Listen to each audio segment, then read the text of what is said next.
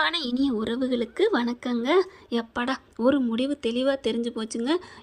ஆமாங்க, யமுனாவுக்கு நிவின் தான், நிவினுக்கு யமுனா தான் அப்படிங்கிற மாதிரி அம்மா கிட்ட அடித்து சொல்லிடுறாங்க. இனிமே இதை பற்றி பேசாதம்மா, பாவம் அவ ஏதோ ஆசைப்பட்டுட்டா என் மேலே, என்னம்மா சின்ன பிள்ளைத்தனமா, என்னடா சின்ன பிள்ளைத்தனம், வீம்புக்கு பண்ணிக்கா காசு பணத்துக்காக அப்படிங்கிறாங்க.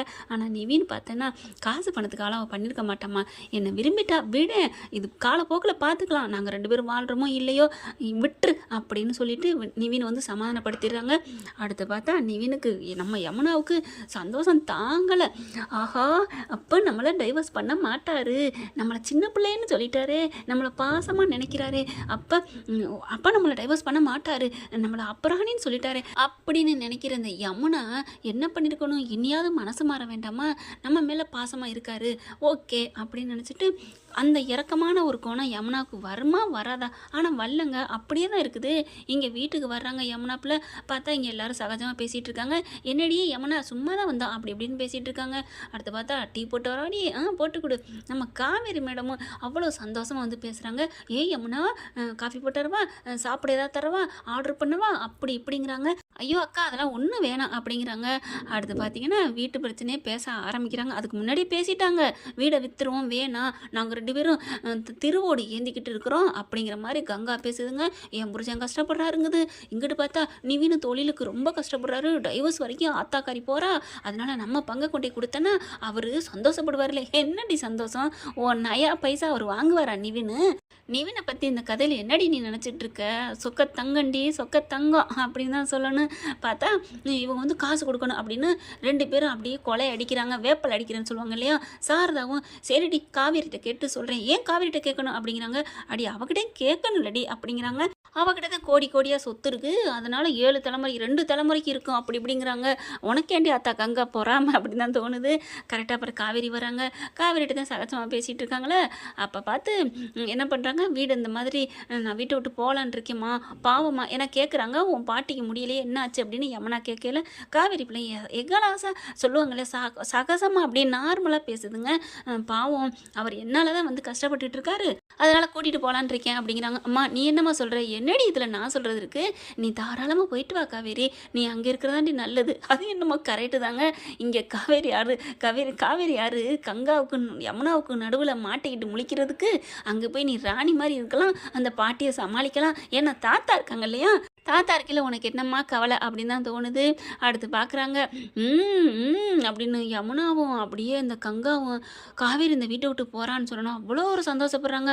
அம்மா நீ பத்திரமா இருந்துக்க, பார்த்துக்கிட்டி நான் பார்த்துக்கிறேன் அப்படின்னு யமுனா சொல்லுது. இந்த பிள்ளை அதில் வர ஒரு சோழனா பைய தொங்க போட்டுக்கிட்டு கிளாஸுக்கு போகுதான். நான் படிக்க போகிறேன், படிச்சுட்டேடி, படிச்சுட்டேன்க்கா, என்னத்தை நீ படித்து ஐஏஎஸ் ஆகிறப்போ இந்த மாதிரி மனசு இருக்கிறவ உனக்கெல்லாம் என்னன்னு தான் மனப்பாடம் வரும். ஆனால் இங்கே பார்த்தா நான் வந்து பார்த்துக்கிறேங்குது. உடனே கங்கா வந்துட்டு நான் பார்த்துக்க மாட்டேனடி, இல்லைக்கா மாமா வேறு இல்லைல்ல. சரிடி விஜய் என்ன சொன்னார், அவர் கண்டுக்கல தான் நான் சொன்னதுக்கு, மாட்டேன்னு தான் சொன்னார், ஆனால் நான் கூட்டிகிட்டு போயிடுவேன் அப்படிங்கிறாங்க. அப்பாடா எப்படி தொலைஞ்சா சரி அப்படிங்கிற மாதிரி கங்கா ரொம்ப சந்தோஷப்படுதுங்க. அடி பாவி போனதுக்கப்புறம் தாண்டி அது ஒரு பொருளோட அருமையோ இல்லை ஒரு உறவோட பெருமையோ தெரியும்னு சொல்லுவாங்க. ஆனால் கங்காவும் யமுனா அப்படின்னு முழிச்சுக்கிறாங்க. அப்புறமா சரி சொல்லுக்கா அப்படிங்கிறாங்க.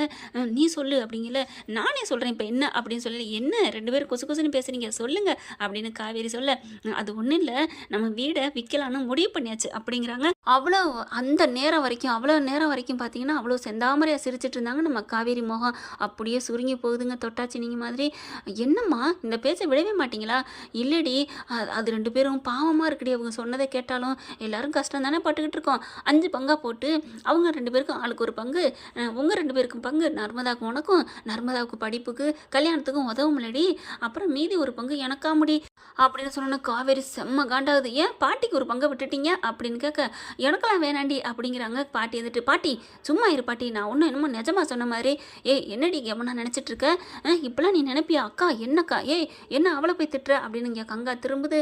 உடனே இங்கிட்டு திரும்பிட்டு, அக்கா நான் தான் சொன்னேனேக்கா அதெல்லாம் முடியவே முடியாது, அது அது நம்ம அப்பா வாழ்ந்த வீடுக்கா, என்னக்கா நீ இப்படி பண்ற அப்படின்னு காவேரி கொதிச்சு போறாங்க. இங்க பாரு, உனக்கு மட்டும்தான் அப்பா இல்ல தெரியுமா? எங்களுக்கு தான் அவர் அப்பா. எங்களுக்கு அப்பா, உனக்கு அப்பா. எங்களுக்கு ஒரு கஷ்டம் இல்ல, அந்த இது எதுக்கடி இருக்கு? சுத்தி இருக்கிற இடங்களும் அந்த வீடும் நல்ல பல கோடிக்கு போகும். அதுல நாங்க நம்ம நல்லா வாழ்ந்துட்டு போறோம். இருக்கையில இருக்கிறவங்க நல்லா இருக்கணும்டி, அங்க யாருமே இல்லாம எதுக்கு வீணா அப்படிங்கிறாங்க. காவேரி பார்த்தா செம்மையாகுது. ஏ கங்கா, யமுனா, நீ வந்து அக்காவை மூட்டி விடுக்கிறியா? அக்கா, நான் அப்படிலாம் இல்லக்கா, எனக்கு தேவைக்கா. நிவின் வந்து பாவம் கஷ்டப்படுறாருல, தொழில் தொடங்கணும்ட்டு அப்படிங்கிறாங்க. அதுவும் இல்லாம மாமியார் ஒண்ணு இல்லாம வந்தவனே என்னை திட்டிகிட்டே இருக்காங்க.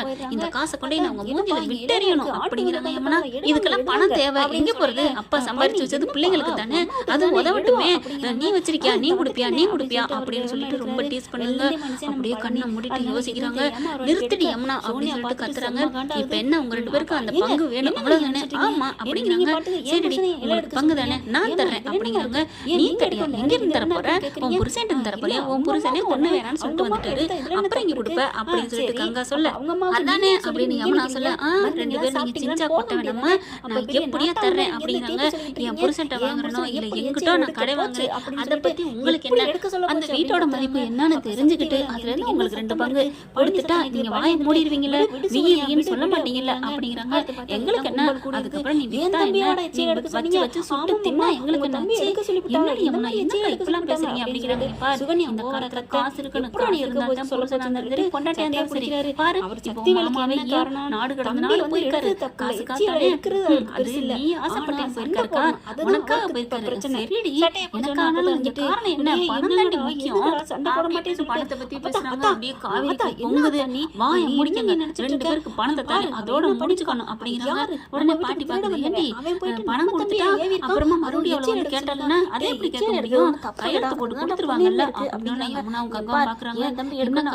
சரிடி, நம்ம கையெழுத்து போட்டு கொடுத்துருவோம், நமக்கு பங்கு வந்துட்டா அப்புறம் அதுக்கப்புறம் அந்த வீட்டுல நமக்கு என்னடி அப்படிங்கிறாங்க.